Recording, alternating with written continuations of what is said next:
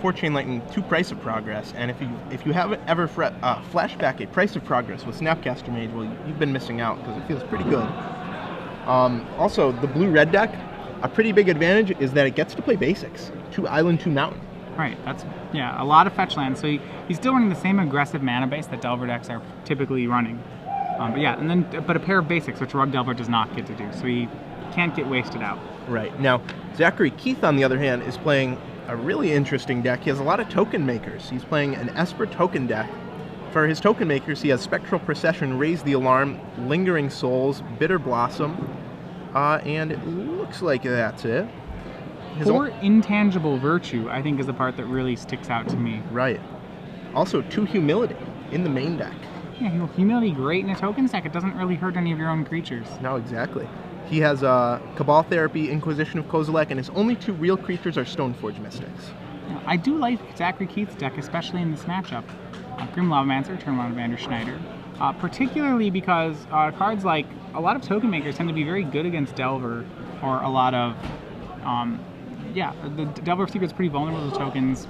So are cards like, I guess, Goblin Guide, Snapcaster Mage. The deck's not very well equipped to deal with swarming.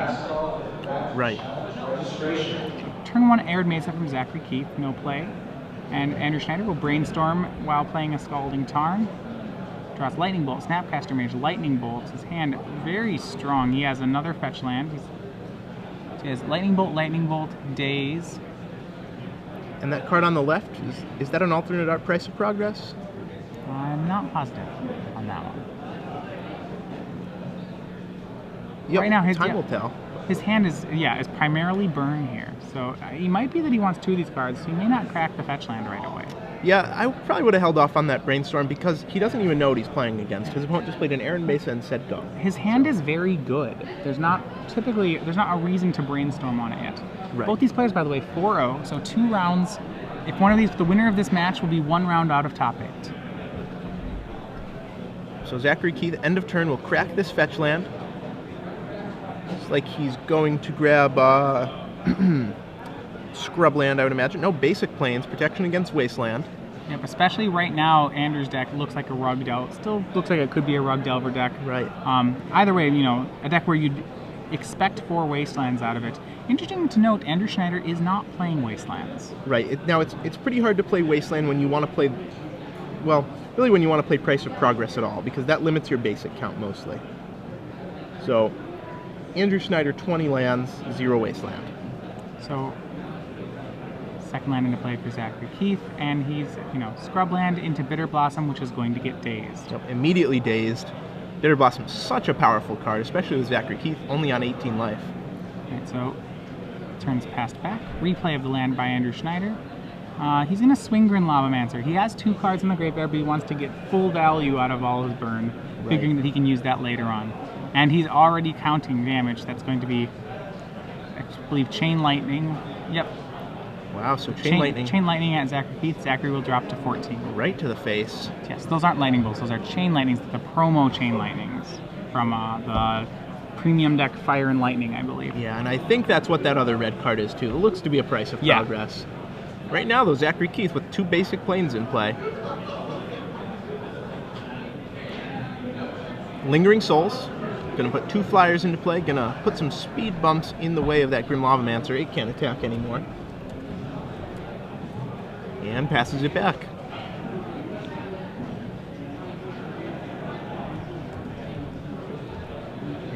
And another Chain Lightning, just going straight to the dome. Keith to 11. Andrew Schneider, 4 cards in the graveyard, so really, Zachary Keith sort of at 7 life already. So right now, with 2 activations of Grim Lavamancer, Keith will be down to 7. Yep, Price of Progress. Plus the Price of Progress, which will put him down to 3. Zachary Keith's best play is to attempt to race all these activations. Yeah, and the Intangible Virtue is exactly what he wanted right there. Yep. Just the perfect card to play. Andrew Schneider, down to 15 from the fetch land crack.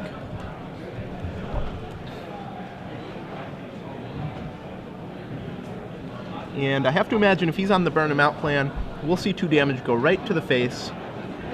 And yep, it looks like it. That'll remove 2 cards.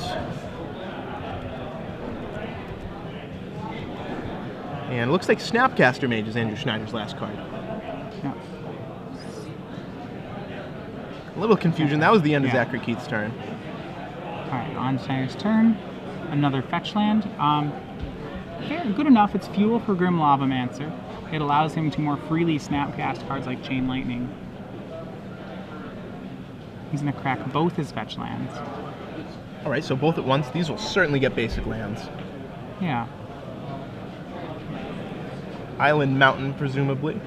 So he's going to go for Price of Progress, Snapcaster, Price of Progress, Burn Spell, Price of Progress, Grim Lavamancer, untap, Snapcaster, Price of Progress. Right. That's the line he's looking at. So nice unglued mountains from Andrew Schneider. Always classy.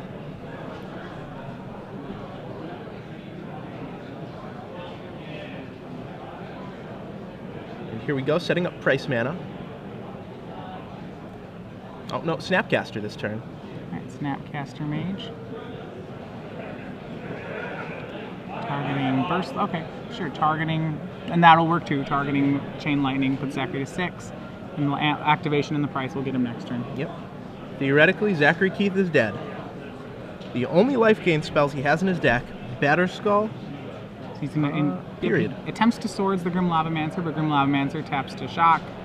Zachary to Shock, putting him to 4. Schneider no longer needs the Grim Lavamancer. Right. Zachary Keith at 4. The really only way he can gain enough life to survive here is by swordsing his own creature. That's the only life gain he has in the deck besides Batterskull.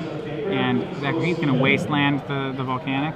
Zachary Keith actually had a defense there. He could have wastelanded. If he left up the wasteland, he would have defended himself against Price of Progress. Yeah, a lot of people forget about Price of Progress. Just Right. an uncommon from Exodus, not played in a lot of legacy decks, easy to forget about. Right, he would be able to hit his own non-basic. Zachary Keith's going to terminate the island. Unfortunately, he's chosen the wrong cards to kill. Price of Progress. And Zachary Keith looking at his own lands there. Oops. Schneider takes game 1. A little ironic that he killed 2 lands on the last turn. Neither one was his own non-basics. Nope. Neither one He could have actually floated all the mana and blown up all his own non-basic lands. Not sure if that was the right play, but Wasteland definitely could have been left in play. Yeah.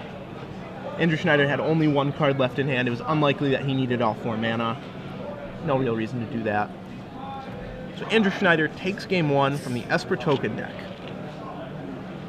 Now looking at the sideboards here, Andrew Schneider has access to a variety of cards, some that you don't usually see in sideboards. One that really sticks out to me, Lava Spike. He has 3 Lava Spikes in the sideboard. The real question is, Lava Spikes is typically a main deck card.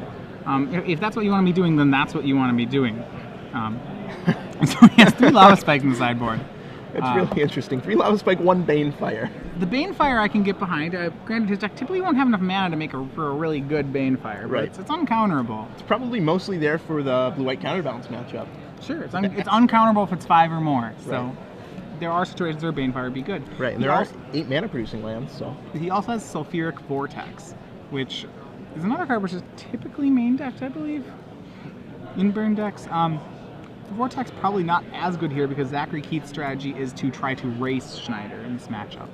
So I'd probably stay away from the Vortex. If you don't think it's good enough in your main, I don't see why it would be better in this matchup.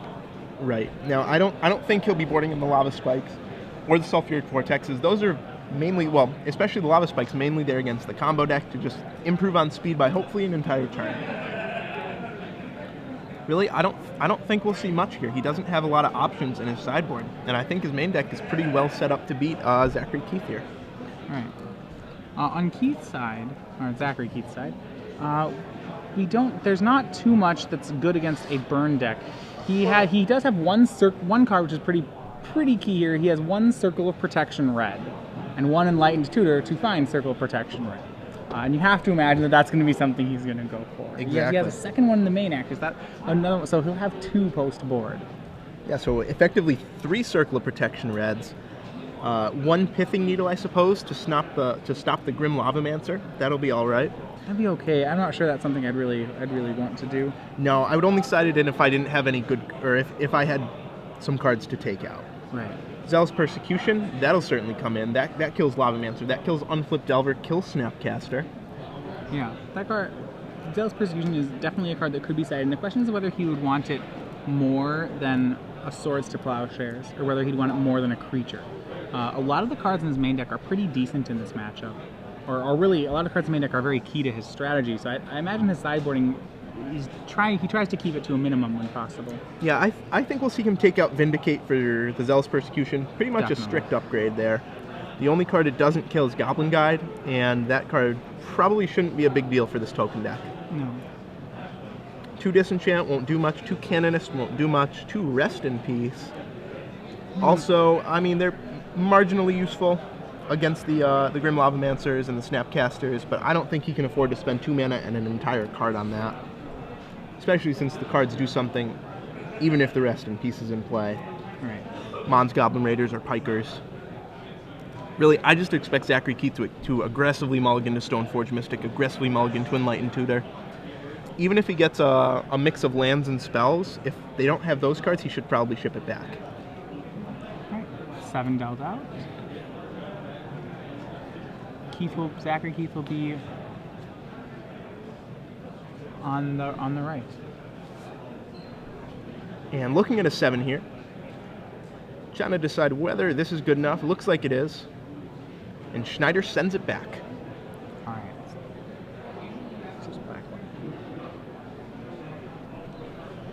Oh yeah, and a little clarification for you here. It's not really an Esper token deck. It does have a few blue cards like Mindbreak Trap in it, but those aren't real blue cards. Yeah, that's not actually a blue card. Right. Just an Orzhov tokens deck, I suppose you could call it. Black-white tokens. Black-white tokens. Yeah. It's pretty strange. It seems like a lot of the guild names really caught on. Some didn't. So one of the, they've talked about this. The guild names typically that have caught on has to do with the number of syllables that were in their name. 2-syllable guild names, most of them caught on the shorter words, Boros. Whereas Celestia, 4 syllables is probably too much.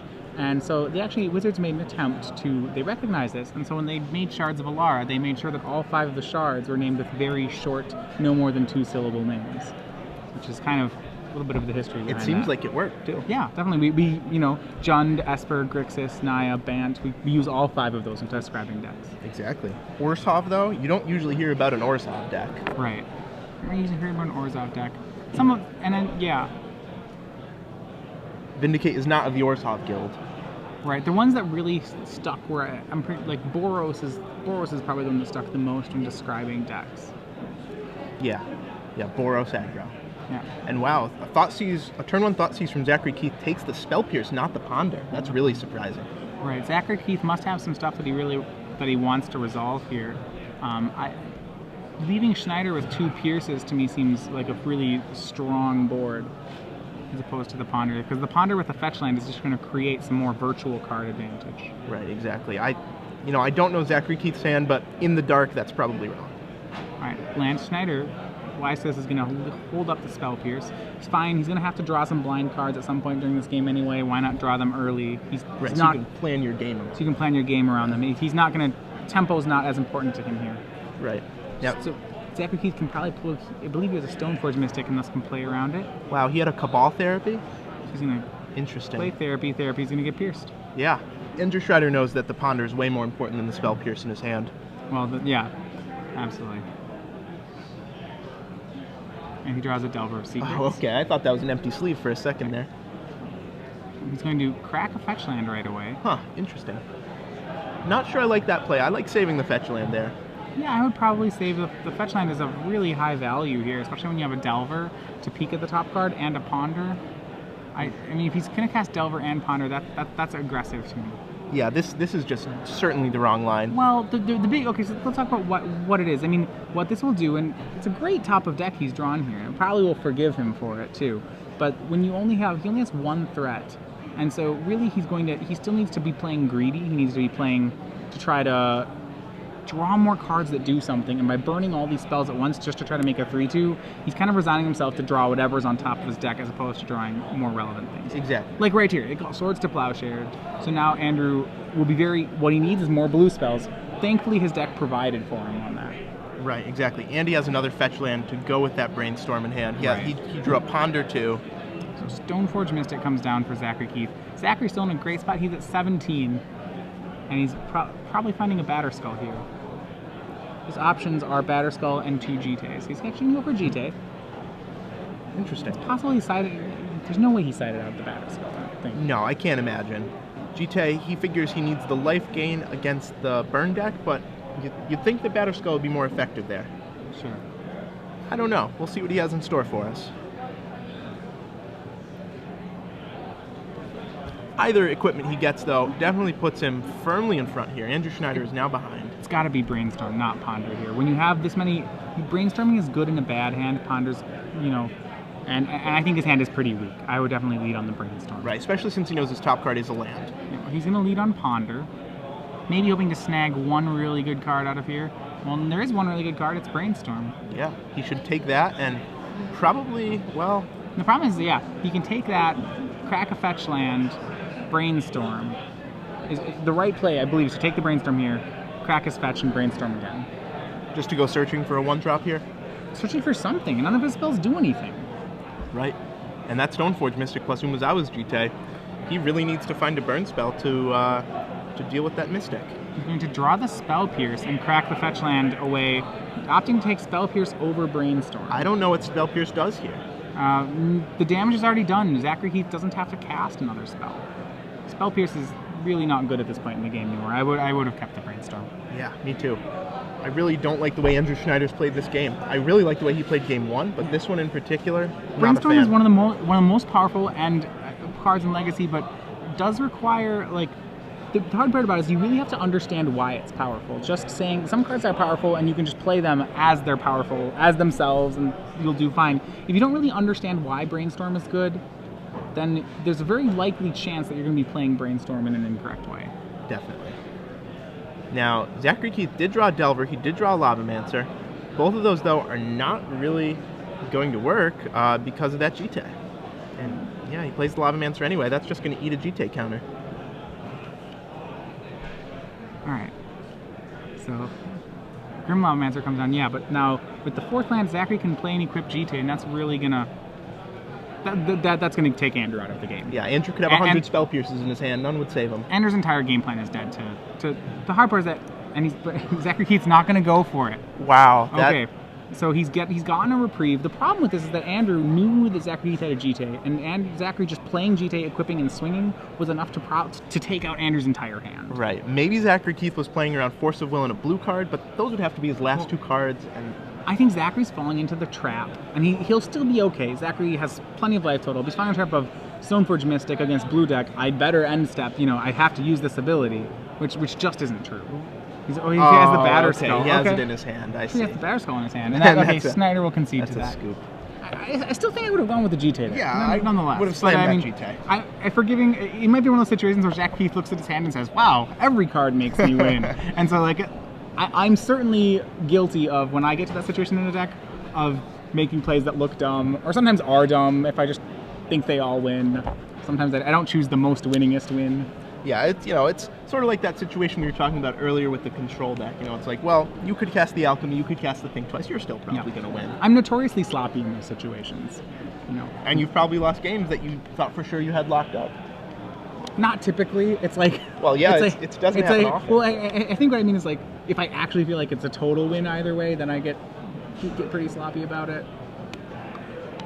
I mean, it probably has happened, and I just don't realize. Yeah, I definitely know it's happened to me. In these unwinnable games, like, oh, ha, I blocked that 2/2 with my 1/1. That was stupid of me. Yeah. Good thing I don't need it. 4 land draws later, 4 spell draws later for him. Oops, I need that 1/1. Yeah. How awkward. I did need that card. Yep. Joke's on me. Right. But I'm not a bad player. I just had a brain fart. One of those. Well, being a good player isn't just about being smart or being able to analyze board states really well. Yeah.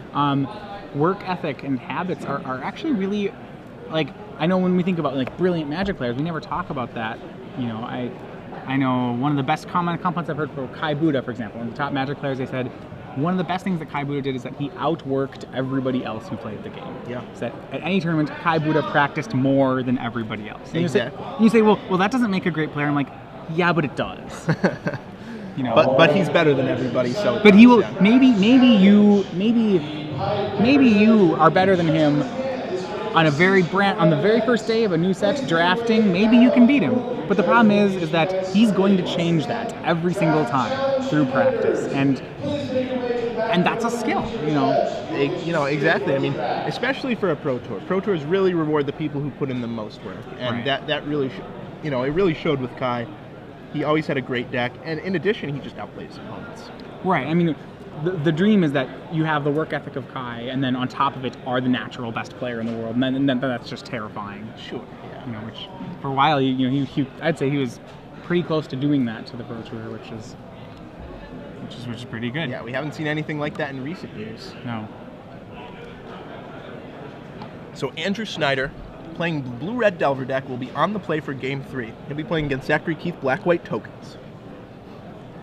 If you are just coming to us, I'm Zach Hall, he's Matthias Hunt, and we're coming to you live from Star City Open Series in Cincinnati, your legacy portion round 5 of 8. All right, Andrew Schneider back on the play here. He looks like he's going to keep. He's got a cantrip-heavy hand, which I'm a little nervous. Zachary Keith this time on the mulligan. Yep, and Andrew Schneider immediately pulls the Goblin Guide in the mountain to the front. He knows what his turn 1 play is. Yep. And he can't wait. Right. These players both 4-0, so remember that. Knocking on the door to top 8.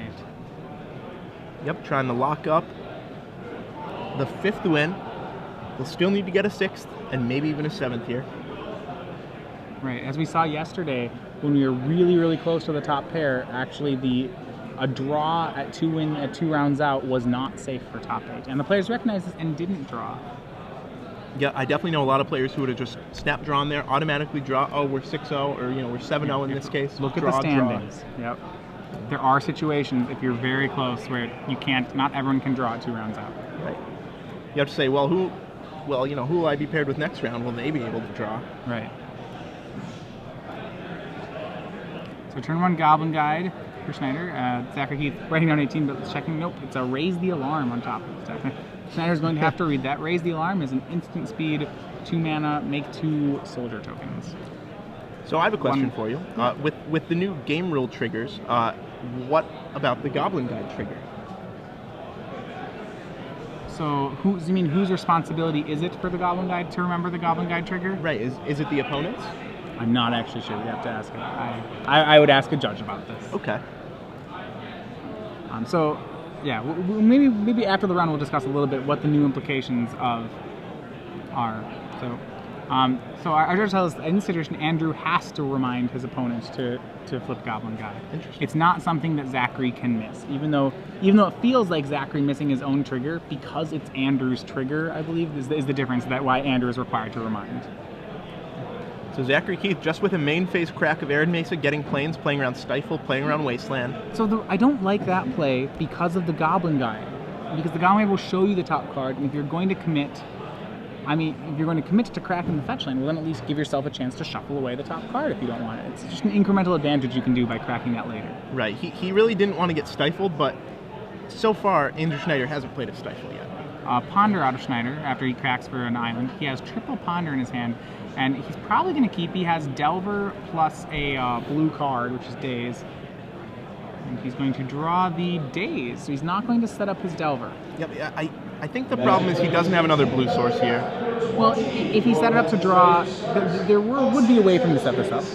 If he draws Delver and then puts the land on top and buries the Daze third, he can start the long-term Daze. The problem doesn't work as well because that would mean he can't play any blue instants next turn, or blue cantrips, which is something he just doesn't want to do. Right, and that also means he doesn't have Daze available for any potential Bitter Blossoms, any potential Raise the Alarms here. Yeah, this is the correct play, I think. So Zachary Keith down to 14 now, 4 off Goblin Guide, 2 off his own fetch lands.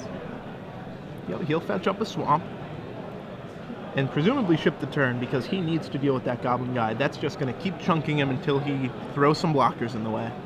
Full grip. He's kind of fetch on Imagine because he's going to go for a spell of some sort. Right here!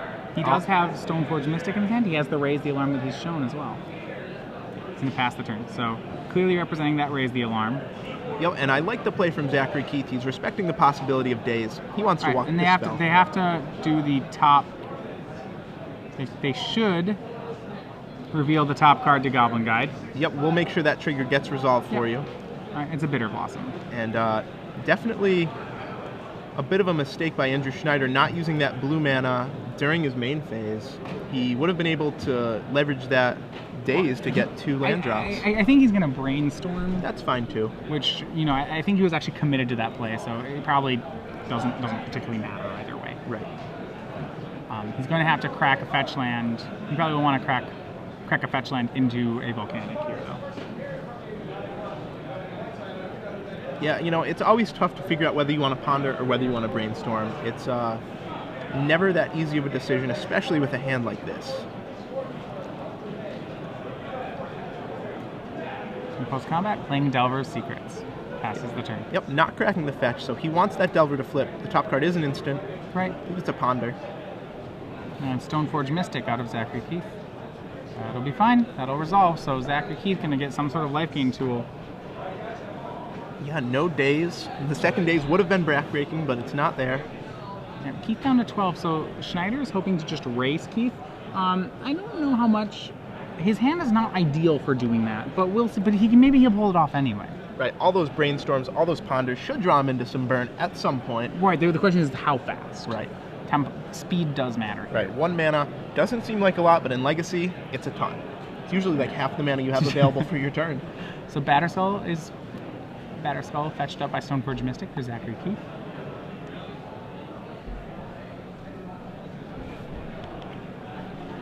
And no third land. And Snapcaster Mage. Wow. He must have misremembered what was on top of his deck. Yeah, he put them back in the wrong order. The ponder is the second down. All right, he's going to brainstorm here. Yep, and that top card is going to be a ponder. There it is. Well, and he's drawing a lightning bolt now, so he definitely will want to keep that. Yep, Schneider's deck bailing him out a little bit here. That could have been a really costly mistake, but Yep, puts fetch land, lightning bolt on top, so he's not going to be able to set up his Delver of Secrets. He's going to crack. Instead, he's going to opt to crack a fetch land. Just simply bury the 2 cards. yep. Seems like the right play here. Bolt the Stoneforge Mystic. He does not want Batterskull to see play. Goblin Guide and Delver of Secrets both attacking. Zachary gets to draw this time. He gets Wasteland. Yep, and now Andrew Schneider should post-combat crack that Mesa, get a Volcanic, and play probably a Ponder. Ponder or cast the Delver. Both are fine. It depends how worried he is about Zealous Persecution. He probably doesn't know whether it's been sided in, but that would be the card that would blow him out here. Yeah, He goes for it. I like the Ponder because it almost definitely ensures a Delver flip next turn. Also ensures any burn spells should be in his hand now. Between these Delvers and then the Snapcaster in his hand, Andrew Schneider almost certainly has lethal next turn. Yep. So he decided on the Delver, but that's okay. He's still in a commanding position this game. Zachary Keith with Vindicate in hand. That's going to be way too slow. Goblin Guide, undeterred, unmolested, just going to keep bashing in. It's done a total of, looks like 8 damage this game. Yeah, when I go to tournaments, when they start doing it. So Vindicate looks like targeting a Delver of Secrets. That's binned. Andrew Schneider, though, still with 3 power on the board.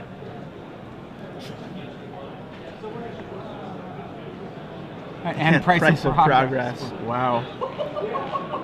Insectile Aberration transformed. And Arid Mesa drawn for Zachary Heath, but his life total is just too low. Yeah, he's at 5 life now. Or, I'm sorry, 4 life now. With Price of Progress effectively 2. He's going to go ahead and price Keith right now. Zachary Heath while his Wasteland's tapped, putting him at 2 and having that Snapcaster in hand. Right. Ponder. Is that Smelt? Looks like a Smelt. All right, well, he's going to, just for good measure, going to draw another burn spell. So now, Yep, Andrew Schneider, more than enough burn to finish this off. Zachary at 2. Probably not even able to deal with the 2 attackers. Nope, his hand is just a little too slow. The white-black token deck will fall by the wayside, will pick up its first loss here. Unless he can do something really special. Yeah, I don't think there's a card that pulls him out of this. No, probably not. Maybe like a Faith's Fetters would be a start. No, not even. Be very close. Yep, he has the burn spell. Alright, he taps all his lands. Concedes the game. So Andrew Schneider defeats Zachary Keith 2-1. Andrew Schneider in his blue-red Delver deck now 5-0 in our Legacy tournament. Yeah, 1 win away from locking up that top 8. So, that match only 30 minutes long. We almost definitely have another one for you, and we'll get that on camera as soon as possible. The blue-red burn deck really